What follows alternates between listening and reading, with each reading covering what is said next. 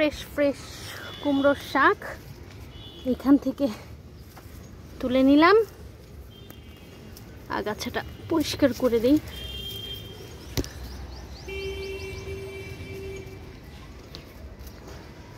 আর হচ্ছে এই পাকা ধুন্দুলটা এমনি ছেড়া যাবে না, কেচি নিতে হবে, নোংরা কেচি, এটা দিয়া মাটি কুচিয়েছি।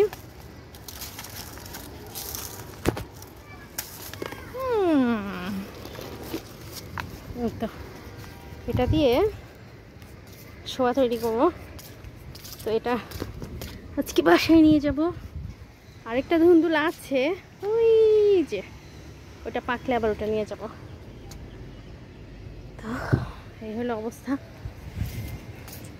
আজকে দুটো লাউ গাছ লাগিয়েছি এই যে, আর ওখানে শিম হচ্ছে, অনেকগুলো ফুল ফুটেছে। এই হচ্ছে আমার, ও এখানে একটা করলাও আছে, এই যে করলা। আচ্ছা করলাটাও কেটে নিয়ে যাই। কই কই কই কেটে ফেলেছি করলা। একটা করলা। আর ওখানে কিছু বেগুন আছে, তো বেগুন আজকে নিব না, আরেকদিন নেব। আজকে এই শাকই। এই হচ্ছে অবস্থায়, যে এটা পড়ে গেছে, এটা আবার উঠাইতে হবে। তো গাছে একটু পটাশ সার দিব।